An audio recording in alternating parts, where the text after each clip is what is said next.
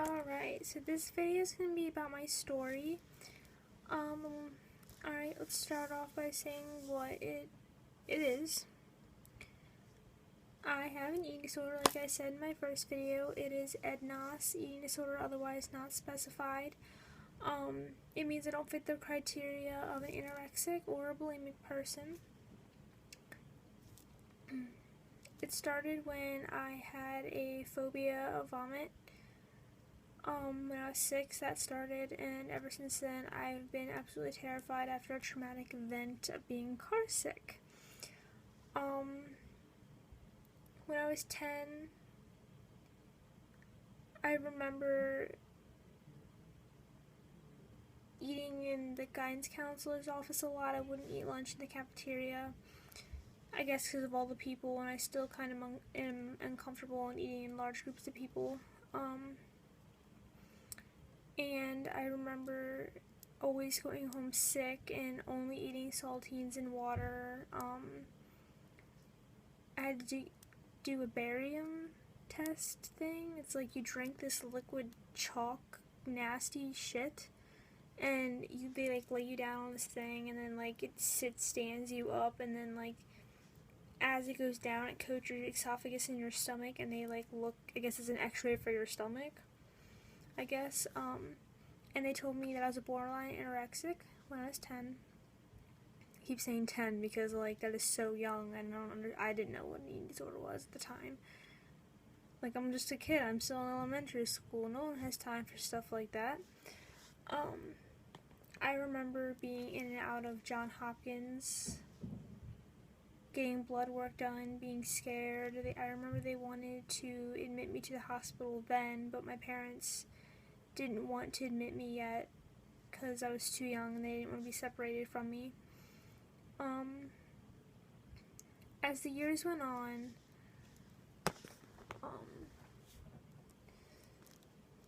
they basically told me that I was completely healthy. I was just underweight. Other than that, I was completely healthy and high metabolism that runs in my family, and everything was fine. Throughout middle school and high school, I did get bullied a lot for being so small. In high school, girls would go up to one of my best friends and be like, "Does Paige do drugs? Is that why she's so skinny?" Or guys would say that they didn't want to have sex with me because they'd be hitting all bone.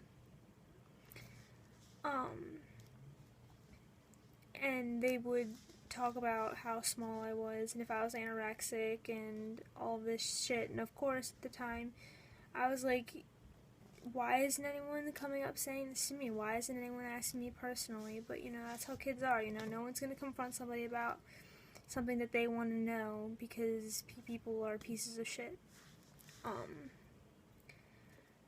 But I will never forget the things that people have said about me.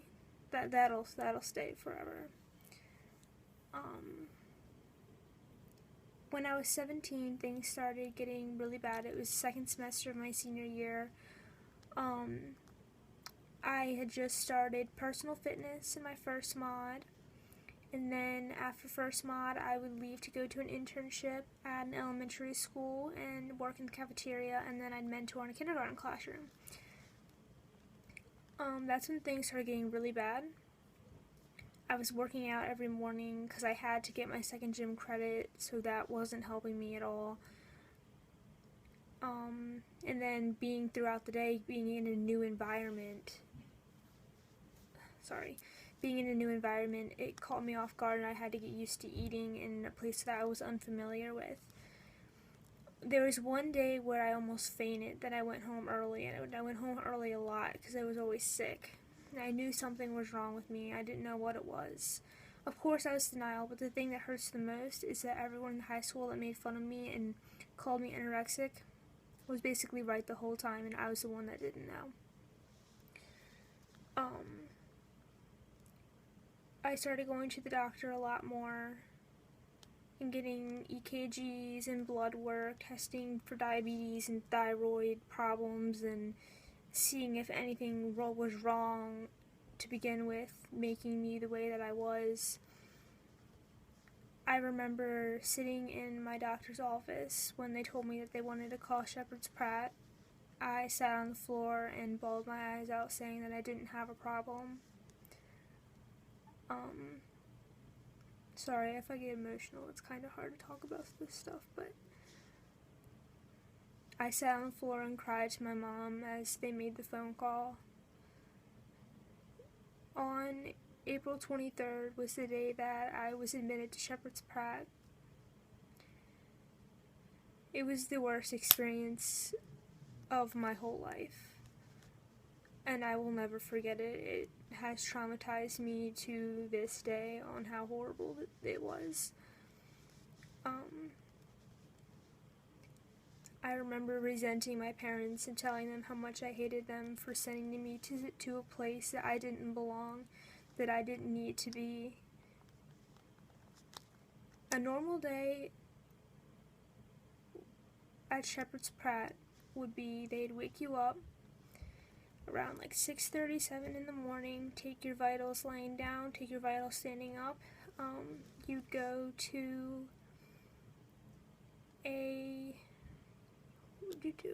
you'd go to the bathroom and then take your clothes off and put a hospital gown on, and afterwards they'd weigh yourself, and if you made weight you got the shower, and if you didn't get the shower. We had to put on a few grams a day, I think it was, because they did it different so we couldn't tell, so we had to do math to know our actual weight. And then we go out to the day room and wait for breakfast, and then after breakfast we would have groups, even though I was never there. If you didn't finish your food, if you ate more than half your tray, then you had one Ensure. Ensures are supplements that are nutrition. They're absolutely disgusting. Ew, I hate them so much.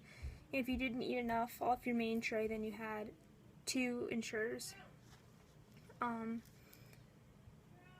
I sat at that table for a majority of the time that I was there because I would not finish eating. I did not believe that I belonged there. I did not believe that I had an eating disorder. I didn't relate to anybody there. I didn't know why I was there otherwise than I was skinny. Later on, I found out that the reason why I was admitted into inpatient was because my heart rate was slowing down and I was basically killing myself without knowing it. Which, really freaked me out when I heard about that. They were threatening to send me to the emergency room to get tube fed because I wasn't finishing my food, and there was community meeting about me that was really, really, really hard.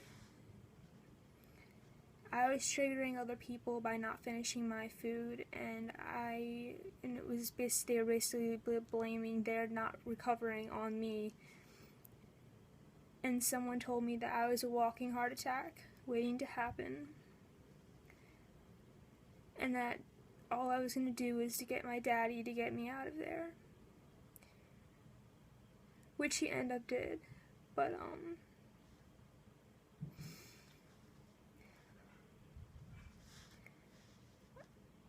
I didn't get to see my parents very often.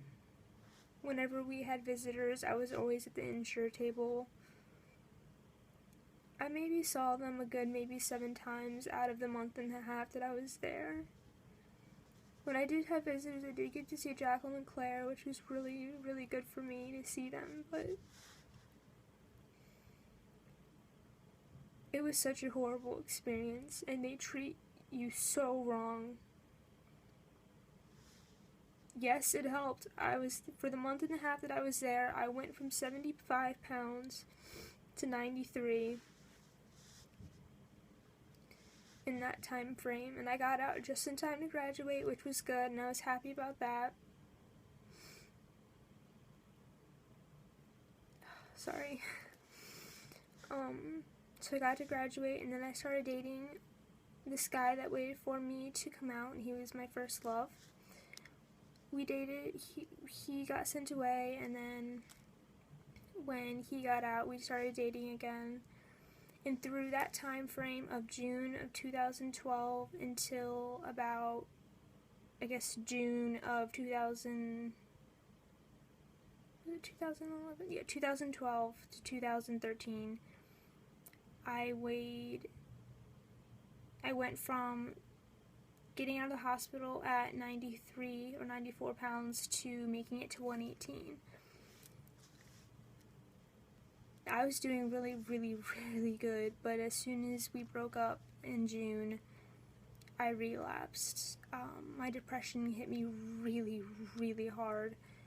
I became suicidal. I know it's stupid to become suicidal over a boy. It's not the fact that I was suicidal over him. It was the fact that my depression was so bad that it made me suicidal. I never acted on it. I've never tried to hurt myself. I've never actually have gone through with anything like that, thankfully. But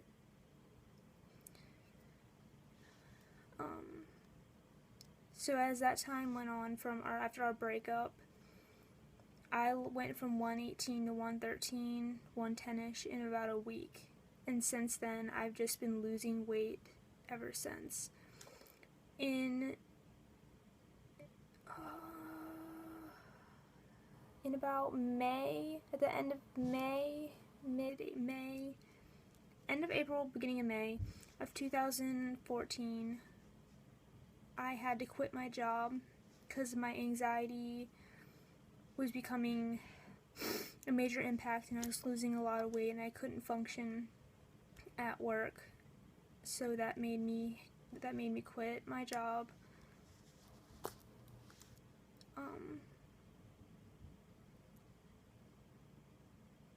When that was back in June of 2014. I quit my job for the month because I was planning on going back because I thought I could do it in a month, but it didn't turn out that way. I ended up putting my 2 weeks in and they took me out of the system, which was really, really hard for me. I loved my job and I would go back if I had the chance, if I was doing better than I am now. In July of 2014, I had a really bad panic attack. And it got to the point where I didn't leave my house for 3 months. I had a boyfriend at the time, and once he broke up with me and I went into the same depression state that I was in before, that I realized that I needed help. I dropped my weight down back to 76 pounds, and I was afraid to go to sleep at night because I didn't think I was going to wake up. I was terrified. I'm sorry. I was terrified for my own life. I was terrified of what was going to happen to me. If I could do this, if I could make it, if I was going to make it. So I decided that after my 20th birthday that I would start recovery again, and I did. So on September 1st, I started recovery again, and ever since then, I've been trying to eat more and control my anxiety, control my depression, get everything under control and get my life back together, you know. I can't keep living this way. I don't want to be this way. I hate being this way. I don't want to have an eating disorder. I want to be happy. I want to be able to leave my house. I want to be able to go to work. I want to be able to drive my car. But right now, those things aren't possible for me. And this is where I'm at now.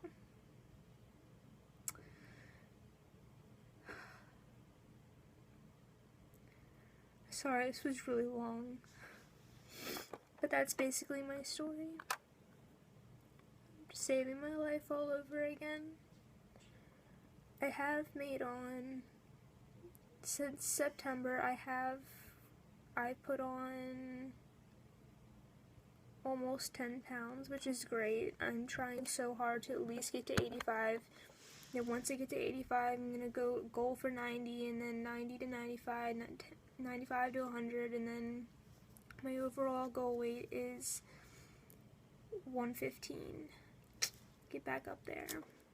But in the meantime, Taking one day at a time, one step at a time, one car ride at a time, one breath at a time. I know I can do this. I did it before, and I can do it again.